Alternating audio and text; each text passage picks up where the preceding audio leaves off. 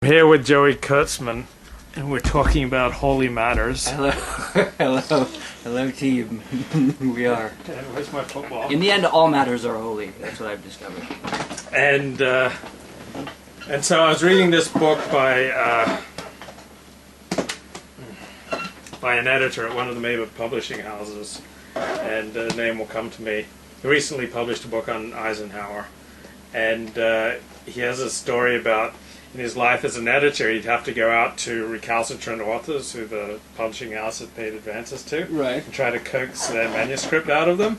And so he'd go to this one guy in particular, and the guy would say, "It's all done.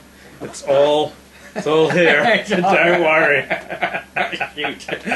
So yeah, when you put it like that, I think that's about as worthless as a tit on a bull. So Joey promised this week that he would come with notes on a piece of paper. So I asked, "Where's the paper? Show me the paper." I said that I'd left what inadequate written notes I had elsewhere, but that I had talking points and questions committed to memory, and that's true. I think. I also did bring, so that I don't have to take any more of Luke's paper towels, and I don't have to lug around a massive towel meant for washing after you get out of the shower. I brought a handkerchief. I think this is. Right? Yeah. Yeah, look at it. So, see? Do you blow your nose in it too? No. I think that's gross the way people do that. My dearly departed father-in-law, may his name be a blessing, he used to, at restaurants... When Joey tries to be pious, I can't. Well, when he was at restaurants, he would blow his nose on their, lovely, nice restaurants. He would blow their nose on their lovely, They didn't protest because they were afraid he might whack them. Yeah. I mean, it was like, God, that was his best behavior at restaurants. You couldn't take him to a restaurant. I'll just put it that way. Let alone shul. Let alone shul. Oh God. That's where you learn your shul manners. Yeah. Well, he did once. I did go with him once to. I was inside a shul with him once. It was at a Sephardic shul for the wedding of a friend. And he kept sitting throughout the whole ceremony, the wedding ceremony, saying over again and again, "This is boring! This is boring!" And he kept going. And then every now and then something would catch his attention and he'd talk about it. But no, he wasn't, he wasn't. Some people you leave at home. So I need you to carry us for a minute here while I make Sure. a live announcement on my side. Absolutely. So tell me about your week or anything you've been studying. My week. Here's something I find interesting. My father-in-law was, unbeknownst to even those close to him, was in sort of a covert acolyte of a Christian Armenian mystic named George Gurdjieff. There was a man in Southern California who was kind of the modern-day disciple and heir to George Gurdjieff, and following through on a promise that I made to my father-in-law, I called this man upon my father-in-law's death, and I am now supposed to meet with this Christian Armenian mystic to, I don't know why, but I have a meeting with him. He wanted me to read 9 chapters of a book about religious mysticism first. But anyway, I think that's interesting. I'm kind of looking forward to it. And I think the guy is Jewish, because his name is Arthur, and he speaks kind of like Saul Rosenberg from the Jerky Boys. So yeah. I just did a Facebook update. It's raining, it's pouring, my love life's so boring. and my friend Julie comments, "It's the beard." It's the beard. That's not true, Julie. Chicks dig beards, kinda, depending, on the context. But I think women like beards. I mean, in general.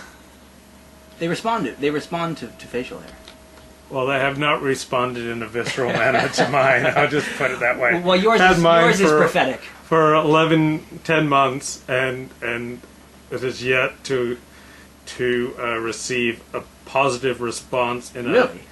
a empirically verifiable way. Well, empirical verifiability is a complicated thing, but I mean, no, it's a simple thing. A lot of women can say, "I thing. like it, I love it, I admire it," but until they show me that they really care right. in a concrete, empirically verifiable, falsifiable manner. But look, that's all about just giving them the opportunity. That's all women really want. I am so wide open. Well, Look, there's many things about life that I do not know, but I think there are. I know. Well, we have to go. We go out clubbing sometime. I think we will get empirical validation so complete that Karl Popper himself would be looking down and saying, "Yeah, that's it." So, other things that happened this week. My twin nephews had a bar mitzvah, which was very interesting. It was at the I don't know, some synagogue. Reform. Yeah, I think. Oh, it was Beit Reconstructionist. Shalom. Beit Shalom in Santa Monica. Sounds reform. Sounds reform. The cantor was very interesting. Neil Cummins Daniels, the rabbi. I'm no good with names, except for mine. But Do they have a big sign out front saying torture is a violation of human rights? no. If it's on 19th Street and if it's around 19th Street in Santa Monica, that's the one. That may be it. That's an interesting position. I remember I went there and they used to have a tish. Oh, really? Yeah, they call it a tish, and it was like a Friday night potluck meal after services. But like watching Reform Jews try to have a tish. What is a tish exactly? Like tish is where you gather with your Rebbe. It's what the Hasidim do, and he'll make hamotzi and tear off some bread, and then he'll tear bread and throw it to you, and like everyone's like grabs at it, jumping for the rabbi's food, and he'll touch the food and throw it to them, and then does he put some learning on them at least? Or? Yeah, and he throws in some learning, and it's like it's a huge deal. But do people like scramble over each other for the bread?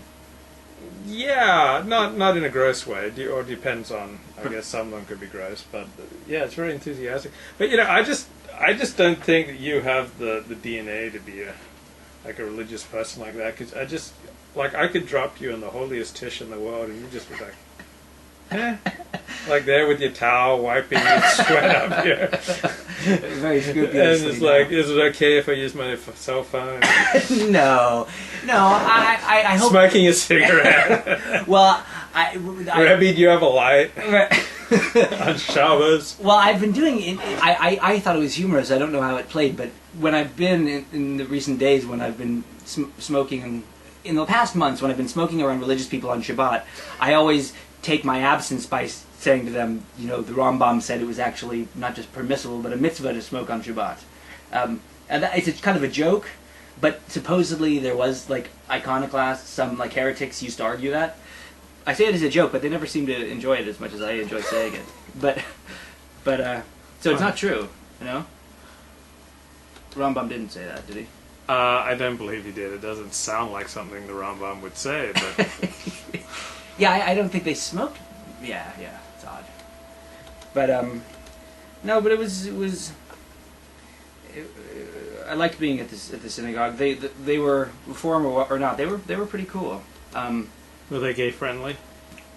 Oh yes, yeah. Well, and the reason I laugh when you say that is because I was dressed really crazy for one of the things I went to.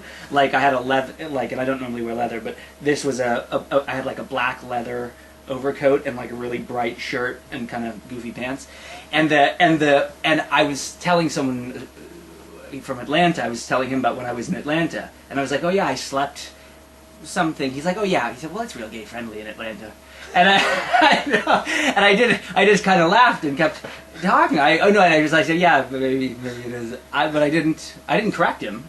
But he was but it was kind of funny. It's kind of frightening when people can read you like that. It's like, did you see that? They can read you like that. Yeah, I felt like he was staring straight into my soul. Kind of like George Bush and Vladimir Putin. Yes, right. He looked into my eyes and saw I was a poofta.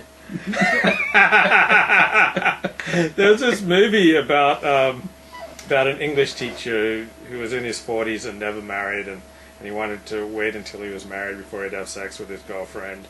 And he was sitting there with his girlfriend watching the Oscars, and this guy gets up after winning an Oscar and says, "I'd like to thank my great gay English teacher from high school." Oh, I've heard about that one. Keep going. The guy's kind of shocked, and it kind of shakes him up a little bit to be. But I asked someone about it. Turns out he is gay, right? Yeah. Because at first it's like, oh, he just says it out of nowhere, and the guy's like, "What the fuck?" Yeah. Hell, and then, but he turns out he is gay. Yeah.